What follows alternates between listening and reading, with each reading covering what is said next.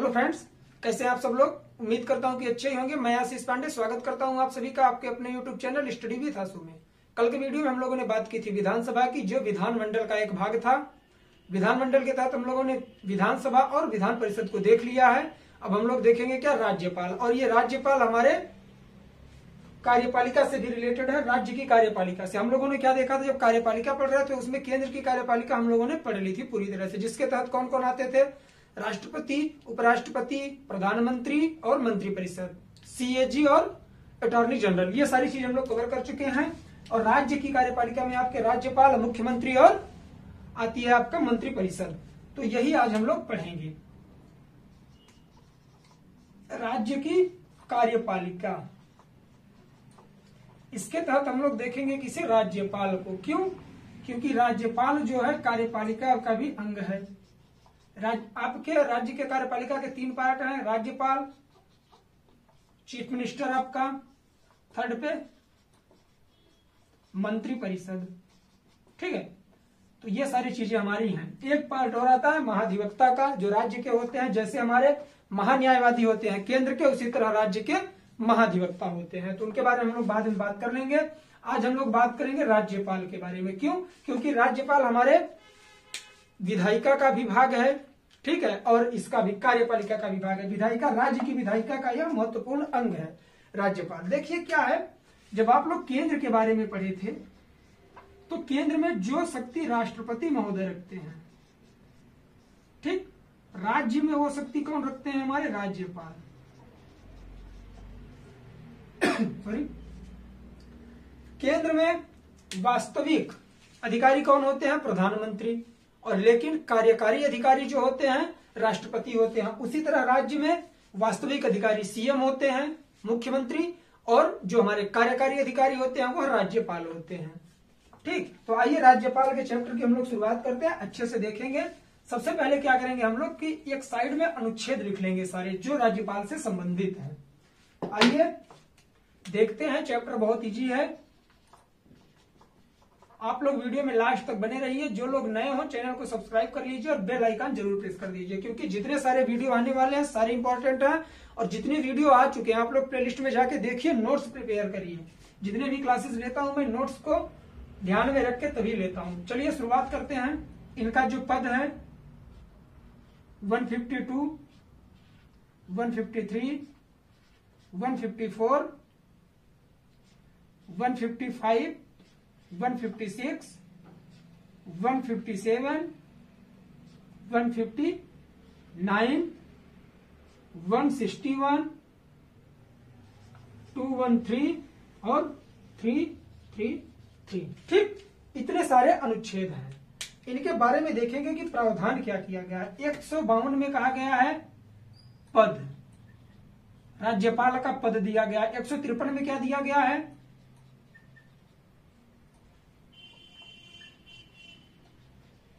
राज्य के लिए राज्यपाल। सब पे हम लोग डीपली बात करेंगे। और जो हमारा 154 है, 154 के तहत किस पर बात की गई है, राज्यपाल की शक्तियां।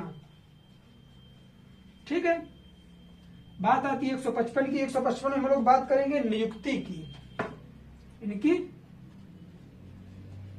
नियुक्ति। 156 में इनका क्या होगा, 156 के तहत कार्यकाल देखेंगे कि राष्ट्रपति का, सॉरी, राज्यपाल का कार्यकाल क्या होता है। 57 में योग्यता, बहुत इजी है, क्रमवार है, 1-2 लैब्स हुए हैं तो उसके बारे में भी बात करूंगा। अब इनकी योग्यता देख लिए तो हम लोग देखेंगे शपथ। शपथ के बाद क्या बात आती है, क्षमादान। ठीक है, 159 के बाद 161 क्षमादान का हो गया। क्षमादान के बाद आता है 213 में अध्यादेश।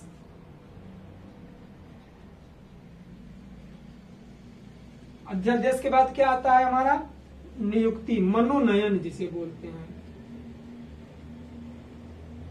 ठीक है, तो आइए एक एक करके हम लोग अनुच्छेदों की बात करते हैं। सबसे पहले अनुच्छेद 152 के तहत पद की व्यवस्था की गई है कि हमारे जो राज्यपाल होंगे उनका पद जो है किसमें दिया जाएगा, अनुच्छेद 152 के तहत दिया जाएगा कि एक राज्य का राज्यपाल का पद होगा। उसके बाद 153 आता है, इसमें राज्य के लिए राज्यपाल का पद दिया गया। आप लोगों ने देखा होगा कि काफी सारे राज्यपाल ऐसे होते हैं जो एक से अधिक राज्यों के राज्यपाल होते हैं। यह व्यवस्था की गई है। क्यों की गई है? क्योंकि हमारा काफी सारे, देखिए क्या होता है कि जो केंद्र होता है, हमारे जो राज्यपाल होते हैं केंद्र सरकार के एजेंट के रूप में राज्य में कार्य करते हैं।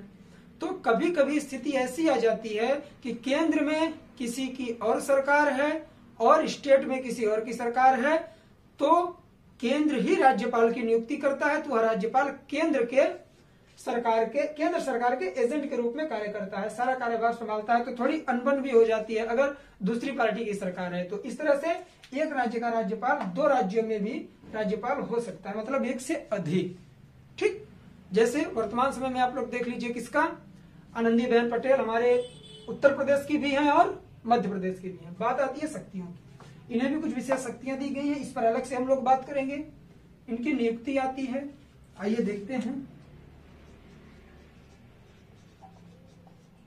नियुक्ति कौन करते हैं। इनकी राष्ट्रपति करते हैं, इनकी नियुक्ति राष्ट्रपति के द्वारा होती है। बात आती है कार्यकाल की। देखिए लिखने की कोई जरूरत नहीं, आप लोगों को सारी चीजें याद हो जाएंगी। जो लिखने वाली होगी मैं लिख के भी बताऊंगा आप लोगों को। कार्यकाल होता है इनका 5 वर्ष का सामान्य तौर पर। ठीक, सामान्य तौर पर इनका कार्यकाल 5 वर्ष का होता है, लेकिन यह क्या होते हैं, राष्ट्रपति के प्रसाद पर्यंत पद पर कार्य करते हैं। प्रसाद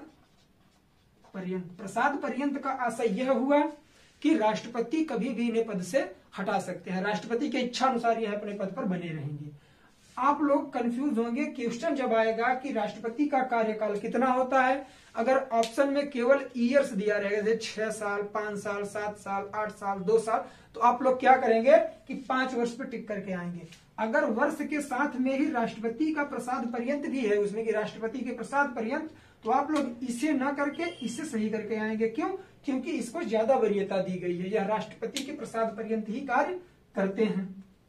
बात आती है योग्यता की। योग्यता हम लोग लिख लेंगे क्योंकि योग्यता पूछता भी है और एकदम इजी है। इसमें 4-5 पॉइंट बनते हैं, जिसमें से एक इंपॉर्टेंट है, बात करेंगे हम लोग।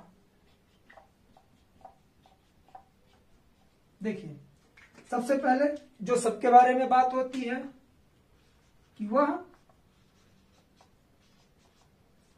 भारत का नागरिक हो। ठीक, दूसरा पद आता है 25 वर्ष की आयु। ठीक है, उसके बाद हमारा आता है क्या,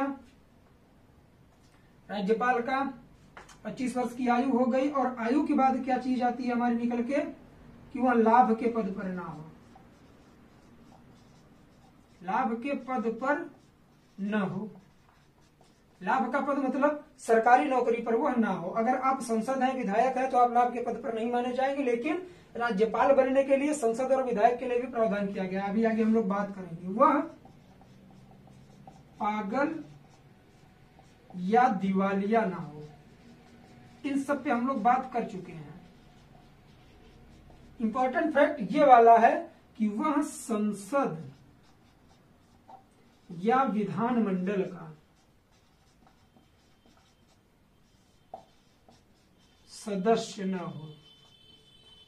अगर किसी भी व्यक्ति को राज्यपाल बनाना है और वह संसद या विधानमंडल के सदस्य हैं, तो पहले उनकी सदस्यता, जिस दिन उनकी शपथ होगी उसी दिन से यहाँ की सदस्यता उनकी हटा दी जाएगी, वो राज्य के राज्यपाल हो जाएंगे। मतलब कि आप सांसद या विधायक होते हुए किसी भी राज्य के राज्यपाल नहीं नियुक्त किए जा सकते। यह फैक्ट आप लोग याद रखिएगा, यहां से क्वेश्चन हमेशा बनता है और स्टूडेंट्स क्या होते हैं, कंफ्यूज हो जाते हैं। तो ये सारी चीजें हैं, आप लोग इसे याद करिए।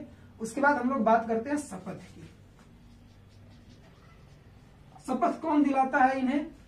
राज्य में सबसे उच्च पद किसका होता है? राज्यपाल का। उसके बाद सीएम, सीएम लोअर होता है। उसके पहले कौन होते हैं? हाई कोर्ट के मुख्य न्यायाधीश। हाई कोर्ट के मुख्य न्यायाधीश इन्हें क्या करते हैं? शपथ दिलाते हैं। ठीक, किसे? राज्यपाल को शपथ ये दिलाएंगे। आप लोगों ने देखा था राष्ट्रपति को शपथ कौन दिलाते हैं? हमारे सुप्रीम कोर्ट के मुख्य न्यायाधीश। इतनी सारी चीजें हैं, आप लोग क्लियर करिए राज्यपाल से। फिर हम लोग बात करते हैं, शपथ भी हो गया हमारा, अब क्षमादान के बारे में बात करेंगे। आइए देखते, क्षमादान काफी इंपॉर्टेंट है।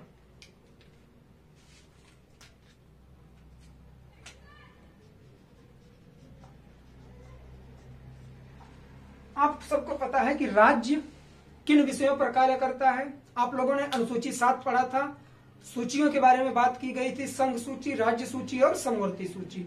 तो हमारी जो संघ सूची है उस पर केंद्र कार्य करता है, लेकिन जो राज्य सूची है इसमें जो विषय होंगे इस पर कानून बनाने का अधिकार, ठीक, इनके क्षमादान के तहत यह प्रावधान किया गया है। क्षमादान अगर इन्हें करना है तो यह व्यक्ति को क्षमादान, सॉरी माफ करिएगा, मैंने आप लोगों को शक्तियां बता दी। देखिए इनके जो क्षमादान की स्थिति है वह थोड़ा क्रिटिकल टाइप की है। कैसे? हम लोग देखते हैं कि राष्ट्रपति को जो व्यवस्था दी गई है कि वह क्षमा भी कर सकते हैं, मृत्यु दंड को भी क्षमा में बदल सकते हैं, लेकिन ये क्षमा करेंगे, हर जुर्म पर यह क्षमा कर सकते हैं, लेकिन इन्हें मृत्यु दंड देने का प्रावधान नहीं है। यह क्षमादान कर सकते हैं लेकिन मृत्यु दंड यह नहीं दे सकते हैं, ठीक। तो यहां से ये इंपॉर्टेंट फैक्ट है, याद रखिएगा। तो क्षमादान हो गया। बात आती है अध्यादेश की, ठीक है। जो हमारा अध्यादेश है, अध्यादेश का मतलब यह होता है कि सदन में बुलाना या फिर उसे रोकना, सदन को चालू करना या सदन को रोकना। तो ये पॉइंट हमारा अध्यादेश के तहत आता है। आप लोगों ने देखा था कि राष्ट्रपति अध्यादेश 123 के तहत जारी करते थे, लेकिन इनका जो अध्यादेश है वह होता है 213 के तहत,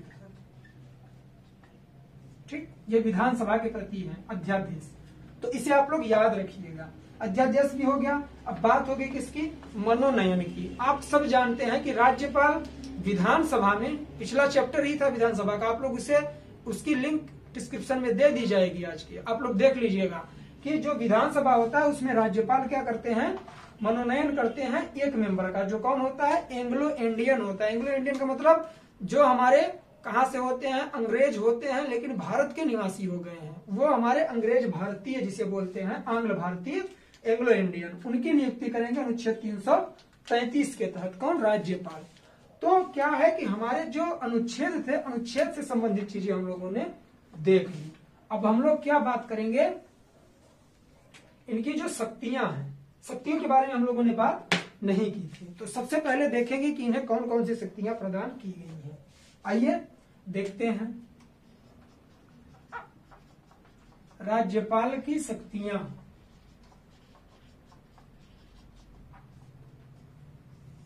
सबसे पहले बात करते हैं हम लोग किसकी? कार्यकारी शक्ति की।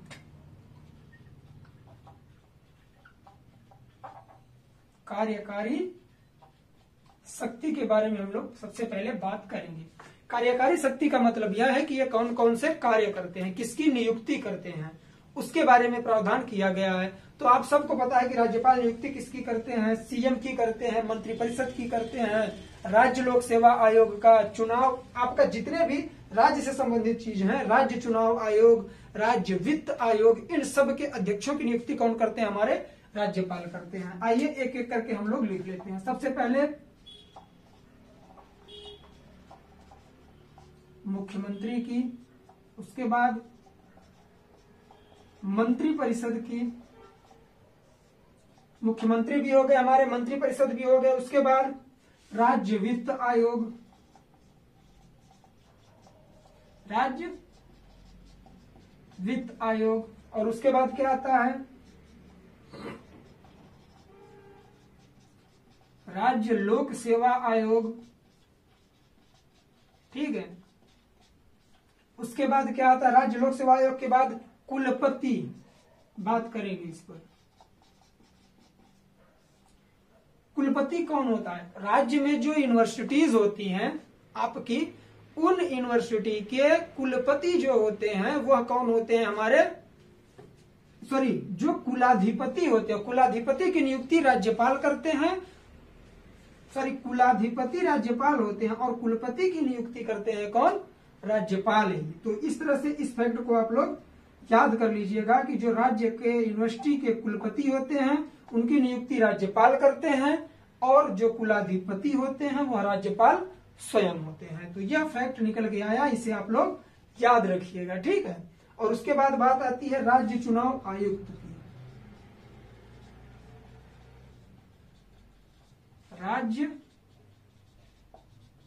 चुनाव आयुक्त की नियुक्ति यही करते हैं और जो हमारे डिस्ट्रिक्ट कोर्ट होते हैं उसके जज की, मतलब जिला जज की नियुक्ति भी यही करते हैं। तो कार्यकारी शक्ति के तहत इतने लोगों की यह नियुक्ति करते हैं। एक बार देख लेते हैं। मुख्यमंत्री की नियुक्ति करते हैं, मंत्रिपरिषद के सदस्यों की नियुक्ति करते हैं, राज्य वित्त आयोग के अध्यक्ष की नियुक्ति करते हैं, लोक सेवा आयोग के अध्यक्ष की नियुक्ति करते हैं, राज्यों में जो आपके विश्वविद्यालय होते हैं, यूनिवर्सिटीज होती हैं, उनके कुलपति की नियुक्ति करते हैं और जो कुलाधिपति होता है, कुलाधिपति राज्यपाल स्वयं होता है, गवर्नर स्वयं कुलाधिपति होता है, कुलपति की नियुक्ति भी करता है, राज्य चुनाव आयुक्त के अध्यक्ष की नियुक्ति करते हैं और जिला जज की नियुक्ति करते हैं। तो इतनी सारी नियुक्तियां उनकी हो गई। अब बात करते हैं हम लोग विधायी शक्ति की, ठीक। एक फैक्ट आप लोग यही देख लीजिए कि जब क्या लगाया जाता है, आपातकाल लगाया जाता है, तो उस समय जो हमारे क्या होते हैं, राज्यपाल होते हैं, इन्हें वास्तविक मुखिया बोला जाता है। आपातकाल जिसे हम लोग क्या कहते हैं राज्य में, अनुच्छेद 356 के तहत आता है ये अनुच्छेद 356। मतलब आपातकाल 3 तरह का लगाया जाता है, राष्ट्रीय आपातकाल, राष्ट्रपति शासन और वित्तीय आपातकाल। तो राष्ट्रपति शासन जो है वह अनुच्छेद 356 के तहत राज्यों में लगाया जाता है। 356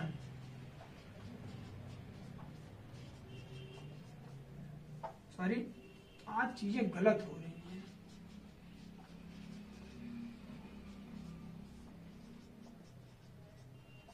ठीक, राष्ट्रपति शासन अनुच्छेद 356 के तहत राज्य में लगाया जाता है। तो अभी हम लोग क्या देखे थे कि जो सीएम होते हैं वह वास्तविक अधिकारी होते हैं, वास्तविक हेड, और जो हमारे गवर्नर होते हैं अर्थात राज्यपाल होते हैं क्या होते हैं, कार्यकारी। लेकिन जिस टाइम यह आपातकाल लगाया जाता है राष्ट्रपति शासन राज्य में, उस समय यह क्या होता है, चेंज हो जाता है कि सीएम हो जाते हैं कार्यकारी और वास्तविक उसके जो अधिकारी हो जाते हैं, वास्तविक हेड हो जाते हैं, वह गवर्नर हो जाते हैं। तो यह चीज याद रखिए। क्वेश्चन पूछ लेता है कि राष्ट्रपति शासन लगने पर राज्य का प्रमुख कौन हो जाता है, तो वह राज्यपाल हो जाते हैं। क्यों? क्योंकि राज्यपाल ही राष्ट्रपति के मुखिया होते हैं, केंद्र के एक तरह से क्या होते हैं, एजेंट होते हैं, सॉरी।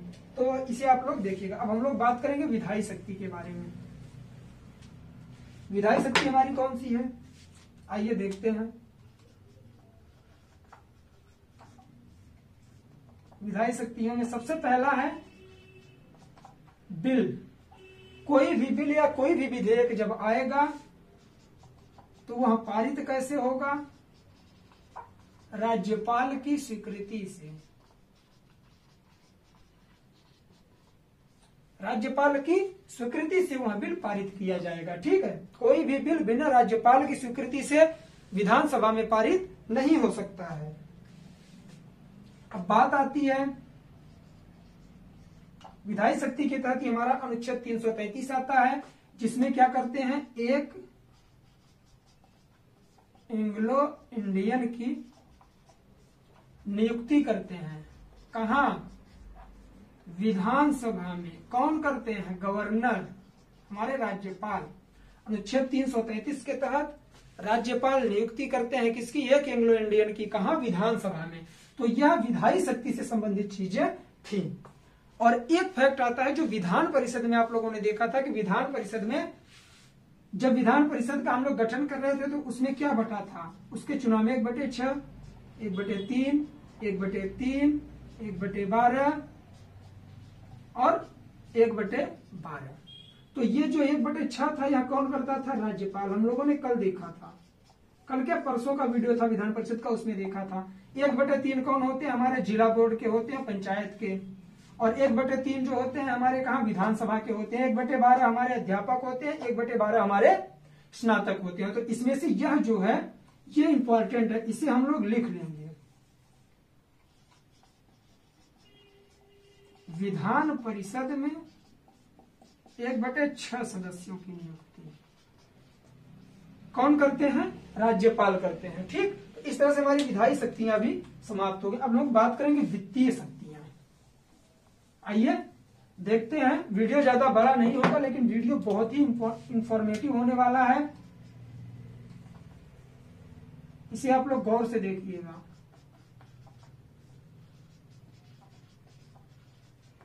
वित्तीय शक्तियां, देखिए जो वित्तीय शक्तियों के तहत धन विधेयक आता है। धन विधेयक बिना किसके? राज्यपाल की स्वीकृति के वह पास नहीं किया जा सकता। धन विधेयक जो विधानसभा में आता है वह राज्यपाल की स्वीकृति से ही क्या होता है? पारित होता है। ठीक, उसके बाद बात आती है बजट। तो विधानमंडल में राज्यपाल की स्वीकृति लेकर ही बजट पेश किया जाता है। आप सबको पता है कि जो राज्य का बजट होता है वह क्या होता है कि वह विधानसभा में पेश किया जाता है, लेकिन पहले राज्यपाल की स्वीकृति ले ली जाती है। उसके बाद आती है आकस्मिक निधि। सॉरी, आकस्मिक निधि का मतलब है कि एक फंड रखा जाता है राज्य के तौर पर। जैसे आप लोग संचित निधि देखते हैं किसमें? केंद्र में। इसी तरह यहाँ आकस्मिक निधि होता है कि सरकार का पैसा, सरकार का धन वहां रखा जाता है, उसके खर्च का भी कारोबार जो होता है राज्यपाल के अंतर्गत ही होता है। बिना इनकी अनुमति के कोई उसका खर्च नहीं कर सकता। तो 3-4 पॉइंट हम लोग लिख लेते हैं। सबसे पहले धन विधेयक पर स्वीकृति, मतलब कि धन विधेयक तभी पेश होगा जब राज्यपाल की स्वीकृति होगी। दूसरा फैक्ट आता है बजट। इस पर भी क्या? स्वीकृति या अनुमति। बिना इनकी स्वीकृति और अनुमति के बजट पेश नहीं किया जा सकता। कहां? विधानसभा में। बजट भी हो गया, धन विधेयक भी हो गया। बात आती है किसकी? आकस्मिक निधि की।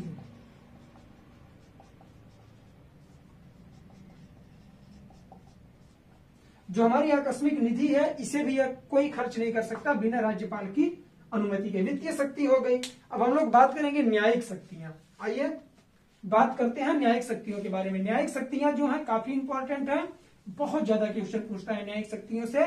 इसे आप लोग बड़े ध्यान से देखिएगा और नोट्स जरूर बनाइएगा। एक एक चीजें मैं लिखता हूं, इसका मतलब ये नहीं है कि आप लोग छोड़ के चले जाओ।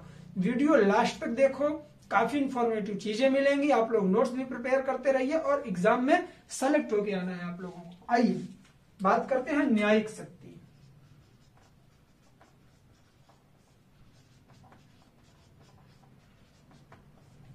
न्याय शक्तियों के तहत बात क्या की जाती है कि जो क्षमादान होता है, हम लोगों ने बात किया था अभी कि यह क्षमादान की शक्ति इन्हें दी जाती है, लेकिन उसके तहत क्या होता है कि क्षमादान यह कर सकते हैं, लेकिन मृत्यु का क्षमादान यह नहीं कर सकते। अगर किसी व्यक्ति को मृत्यु दंड की सजा दी गई है तो उसे यह लोग यह राज्यपाल क्षमा नहीं कर पाएंगे। ठीक, आइए देखते हैं न्यायिक शक्तियों में क्षमादान कर सकते हैं, लेकिन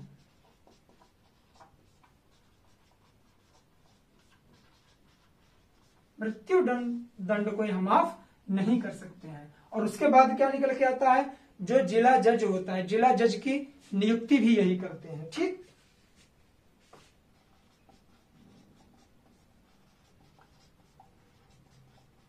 ऊपर ही हम लोगों ने देखा था कार्यकारी शक्ति में, लेकिन यह विधायी शक्ति के तहत, न्यायिक शक्ति के तहत गया था, क्योंकि यह न्याय से रिलेटेड है, जज की नियुक्ति है, तो इसे भी हम लोग देख लेंगे। ठीक, अब बात करते हैं क्या? इन्हें एक स्वविवेक शक्ति प्रदान की गई है। क्या? स्वविवेक शक्ति। थोड़ा समझने वाली चीज है।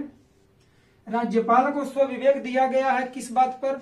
आप लोग देखिए, जब चुनाव होता है तो चुनाव में कभी कभी ऐसा होता है कि एक पार्टी सत्ता अपनी कायम नहीं कर पाती, तो जो उसके अगेंस्ट में होती है, काफी सारी पार्टियां गठबंधन में होती है, काफी अकेले भी होती हैं। तो जो गठबंधन की पार्टी है या कोई भी पार्टी है अपना पूर्ण बहुमत सिद्ध नहीं कर पाई है सही तरीके से, तो इन्हें स्वविवेक की शक्ति दे दी जाएगी। किन्हें? राज्यपाल को, कि राज्यपाल किसी भी पार्टी को नियुक्त करके उसे मुख्यमंत्री के लिए आमंत्रित कर सकते हैं, लेकिन उसे क्या करना पड़ेगा? विश्वास मत हासिल करना पड़ेगा। तो यही स्वविवेक शक्ति है इनकी कि अगर सरकार बन रही है किसी की और किसी कारणवश वह बहुमत सिद्ध नहीं कर पा रहा है, सॉरी, तो इन्हें अनुमति दी गई है कि आप किसी पार्टी को चुनिए जो सबसे बड़ी हो, उसके तहत आप उसकी नियुक्ति करिए और 6 महीने के अंदर उसे क्या करना होगा, अपना विश्वास मत हासिल करना होगा। तो स्वविवेक शक्ति के तहत यह पॉइंट निकल के आता है।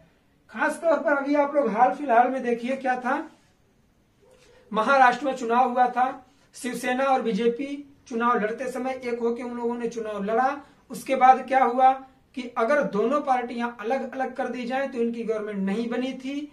तो क्या हुआ कि सीएम के पद के लिए मतभेद पैदा हो गया। तो उद्धव ठाकरे जी और देवेंद्र फडणवीस जो कहां के थे, बीजेपी के थे, और उद्धव ठाकरे कहां के थे, हमारे शिवसेना के थे। तो इन दोनों में रार पैदा हो गई, वो बोले कि हमें मुख्यमंत्री बनना है, वो बोले हमें बनना है। तो इसमें क्या हुआ कि दोनों पार्टियां अलग हो गई। तो बीजेपी की भी क्या हुई, सीटें कम हो गई और शिवसेना की भी हुई। और उन्होंने क्या किया कि कांग्रेस से सपोर्ट लेके अपनी सरकार बना ली। वहां क्या हुआ, राज्यपाल की बहुत महत्वपूर्ण भूमिका थी। तो ये सारी चीजें ऐसे हैं, करंट से जोड़ के याद करिए, कभी भूलने वाली नहीं है। हमेशा एग्जाम में क्वेश्चन बनते हैं और आप लोग, मुझे उम्मीद है, सही सही करके आओगे। अब बात आती है वीटो। इन्हें भी एक प्रकार का वीटो प्रदान किया गया है। किस बात पर, कि कोई भी ऐसा बिल जो विधानसभा से पास होकर इनके पास आया, कोई भी बिल राज्य का जो विधानसभा से और विधान परिषद से पास होकर राज्यपाल के पास आया, आप लोगों ने ऊपर ही देखा कि राज्यपाल को कोई भी बिल अगर पेश किया जाता है तो बिना राज्यपाल की स्वीकृति से राज्य में वह कानून नहीं बन पाता। तो जब राज्यपाल के पास आता है तो राज्यपाल को यह शक्ति प्रदान की गई है कि वह बिल को सुरक्षित रख के, देखिए लिख लेते हैं सही तरीके से, बिल अर्थात विधेयक को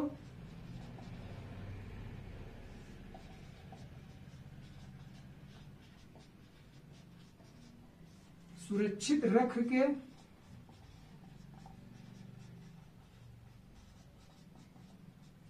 राष्ट्रपति को या राष्ट्रपति के पास भेजना। और यह बिल कहां का होगा, विधानसभा का बिल होगा। विधानसभा प्लस विधान परिषद से यह बिल आएगा। राज्यपाल को क्या होगा कि इन्हें अधिकार दिया जाएगा कि आप इस पर अपनी स्वीकृति दे सकते हैं। क्यों? क्योंकि यह बिल सही है, कुछ भी कह सकते हैं। और राज्यपाल क्या करेंगे, इस पर अपनी स्वीकृति दे सकते हैं। अगर उन्हें लगता है कि यह मेरे हिसाब का नहीं है तो वह राष्ट्रपति के पास इसे डायरेक्ट भेज सकते हैं। ठीक, ये वीटो का मतलब यही है कि जो बिल राज्यपाल के पास आया वह राष्ट्रपति के पास भेज दे, सुरक्षित अपने पास रख के। ठीक, तो उस पर राष्ट्रपति अपना क्या करेंगे, क्रिया प्रतिक्रिया करेंगे। तो आज के लिए बस इतना ही। राज्यपाल का चैप्टर थोड़ा छोटा था। उम्मीद करता हूं वीडियो अच्छा लगा होगा। वीडियो अच्छा लगे दोस्तों में शेयर करिए, नए हो चैनल को सब्सक्राइब करिए और बेल आइकन जरूर प्रेस कर दिए, जिससे कि कोई भी वीडियो आए उसकी नोटिफिकेशन सबसे पहले आपको मिले। और कल जो वीडियो आएगा, कल के वीडियो में हम लोग बात कर रहे हैं किसके बारे में, मुख्यमंत्री के बारे में बात करने वाले हैं। तो मिलते हैं नेक्स्ट वीडियो में, तब तक के लिए जय हिंद, जय भारत, खुश रहिए, मस्त रहिए, पढ़ाई करते रहिए। मिलते हैं नेक्स्ट वीडियो में, बाय बाय।